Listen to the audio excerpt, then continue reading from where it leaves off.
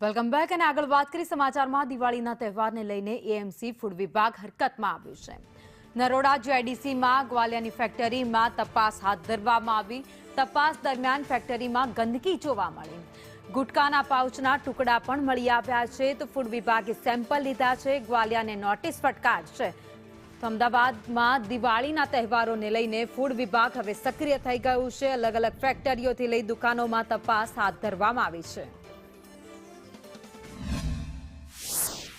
માવાની બનાવટો જે હોય છે તેનું વેચાણ વધારે થતું હોય છે અને તેનું પ્રોડક્શન પણ મોટા પ્રમાણમાં થતું હોય છે। કોર્પોરેશનની ટીમો જે છે તે અત્યારે ચેકિંગમાં નીકળી છે અને હાલ આ જે દ્રશ્યો જોવા મળી રહ્યા છે તે વાલિયા સ્વીટ્સ કે જે અમદાવાદનું એક ખ્યાતનામ બ્રાન્ડ છે અને આ તેનું પ્રોડક્શન હાઉસ છે અને જેટલા પણ આઉટલેટ છે બધી જગ્યાએ અહીંયાથી જ માલ સપ્લાય કરવામાં આવે છે। તમામ માવાની મીઠાઈ હોય કે પછી ડ્રાયફ્રૂટની અહીંથી જ સપ્લાય કરવામાં આવે છે। હાલ આ જે પ્રોડક્શન હાઉસ છે ને તેમાં કેટલીક જગ્યાઓ ઉપર ગંદકી જે છે તે નજરે પડી છે। હાલ કોર્પોરેશનના જે અધિકારીઓ છે તે અહીંથી સેમ્પલ કલેક્ટ કરશે અને જો સેમ્પલ ફેલ થશે તો તેને લઈને પણ તેના દ્વારા કાર્યવાહી કરવામાં આવશે। Food safety officer Amit Patel આપણી સાથે છે, તેની સાથે વાત કરીશું। સર, અહીં આપ આવ્યા છો, ચેકિંગ દરમિયાન શું ધ્યાનમાં આવ્યું? ચેકિંગ દરમિયાન જનરલી જે સાફ સફાઈ હોવી જોઈએ તે પૂરતા પ્રમાણમાં જોવા માલુમ પડેલ નથી। એના અનુસંધાને અમે અહીંયા એમને ઇમ્પ્રુવમેન્ટ નોટિસ આપીશું અને એમને ટાઈમ આપીશું કે સાફ સફાઈ કમ્પ્લીટ કરે, ટાઇલ્સો બાઇલ્સો જે બધા તૂટી ગયેલા છે બધા રેગ્યુલાઇઝ કરે વ્યવસ્થિત અને ફરીવાર ઇન્સ્પેક્શન કરીશું અને મીઠાઈના સેમ્પલો લઈશું। એ સેમ્પલોનું રિઝલ્ટ જે આવે એના અનુસંધાને આગળ કાર્યવાહી કરીશું। સાહેબ, અહીંયા અલગ અલગ પ્રકારની મીઠાઈઓ બને છે, માવાની મીઠાઈઓ છે, કઈ કઈ બાબતનું ચેકિંગ આપના દ્વારા કરવામાં આવ્યું? આમાં મીઠાઈમાં જે વપરાતા રો મટીરિયલ્સ હોય છે, ખાસ કરીને કલર, પછી ડ્રાયફ્રૂટ્સ, ઘી, માવો, એ કેવી રીતના બનાવવામાં આવે છે માવોને, અને ડ્રાયફ્રૂટ્સ કેવા પ્રકારના વાપરવામાં આવે છે। રેડીમેડ લાવતા હોય, ઘણા હલકી કક્ષાના ડ્રાયફ્રૂટ્સ પણ વાપરતા હોય છે, એનું પણ ચેકિંગ કરવામાં આવે છે।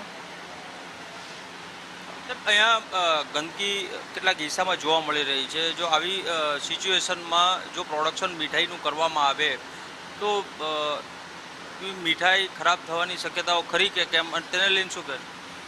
મીઠાઈમાં જો અનહાઇજેનિક કન્ડિશનમાં બિલકુલ બનતી હોય તો એમાં ફૂડ પોઈઝનિંગ થવાની શક્યતા વધારે હોય છે।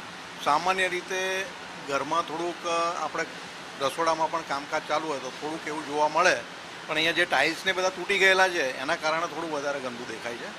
એ એમને નોટિસ આપીને અમે ઇમ્પ્રુવમેન્ટ કરાવીશું।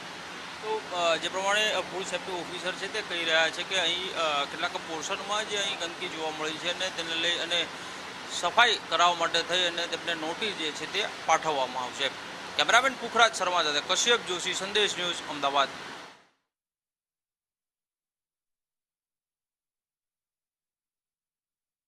દિવાળીના તહેવારો નજીક છે ત્યારે અલગ અલગ ફેક્ટરીઓમાં તપાસ હાથ ધરવામાં આવી છે। ફૂડ વિભાગ અમદાવાદ સહિત આખા રાજ્યભરમાં સક્રિય થઈ ગયું છે।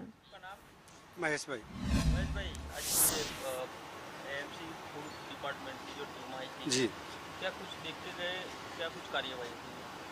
कार्रवाई जैसा कुछ नहीं था। कुछ थोड़ा बहुत पत्थर वगैरह में इसमें टूटा हुआ जैसा था। बाकी जो जनरली वे में काम चलता है साफ़ सफाई संबंधित, ऐसा उन्होंने बताया कि सब ठीक है, लेकिन कुछ जो साफ सफाई का और जो स्टोन टूटा हुआ था उसके लिए बोला ठीक है सर, रिपेयर करवा देंगे। गुटखा का पाउच भी मिला है ऊपर का?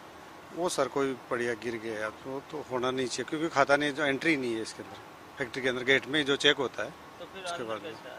वो भी सर, वो मेरे को भी ऐसा है कि खेद है कि ऐसा नहीं होना चाहिए। जहाँ पाउच मिला जी, उसके आसपास में गंदगी भी मिली थी, वो व्हाइट कलर का कुछ पाउडर था, कुछ साबुन के टुकड़े पड़े थे। वो सर पाउडर जैसा नहीं है एक्चुअली में। हाँ, उसमें क्या है, दूध का काम होता है वहाँ पे, तो सुबह शाम तो हमेशा वास होता है, लेकिन जब वर्किंग टाइम होता है तो उसमें उसका जो बार बार में केटल को साफ करता है तो वाइट जैसा वो पानी का वो हो जाता है। वो नहीं था तो साबुन पड़ा था वहाँ? साबुन तो काम में नहीं लेते हैं सर, साबुन नहीं होगा, वही होगा उसका, वो निकलता है बार बार में धोता है, एक बार सब गर्म करता है दूध, उसके बाद में फिर केटल को साफ करता है तो वो पानी वहीं गिराता है। अहमदाबाद की जो अच्छी अच्छी ब्रांड्स है ना उसमें से एक आपकी एक जी सर।